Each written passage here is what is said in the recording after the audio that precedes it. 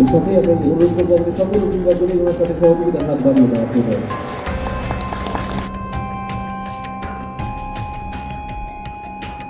আমাদেরকে নাড়িয়ে দেন যাদেরকে দেখলে,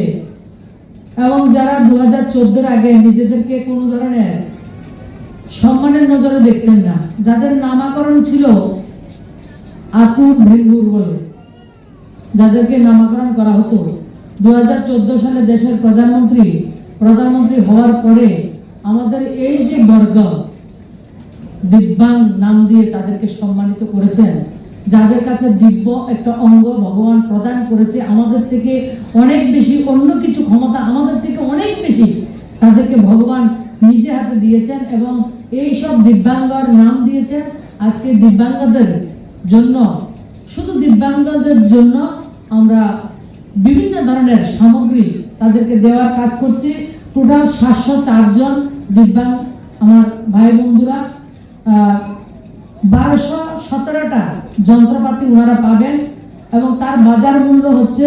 যেটা সরকারি বাজার মূল্য হচ্ছে 57,43,000 টাকা। তো আমরা এই শিবিরে আজকে উপস্থিত রয়েছি, বিভিন্ন জায়গা থেকে আগত আমার দিব্যাঙ্গ ভাই বোনরা, পরিবারজন এবং আমার মায়েরা, আমার অভিভাবকরা, সাংবাদিক বন্ধুরা, আর মঞ্চে রয়েছেন আমার গোমতী জেলার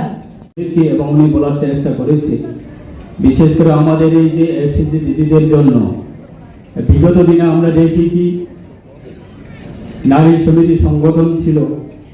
এবং এক দলের একটা অপশাসন সরকার ছিল। তখনকার সময়ের অবস্থা যে এসএসজি দিদিদের বিভিন্ন সরকারের সুযোগ সুবিধা থেকে শুরু করে বা সরকারের বিভিন্ন প্রকল্প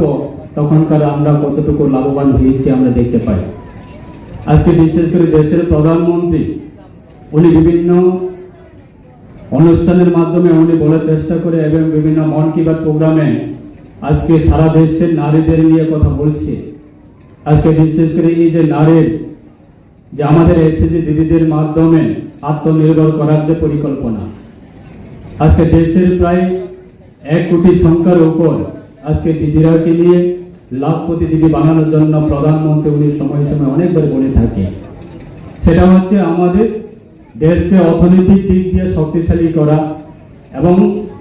এই যে দিদিদের একটা সম্মান এবং দিদিদের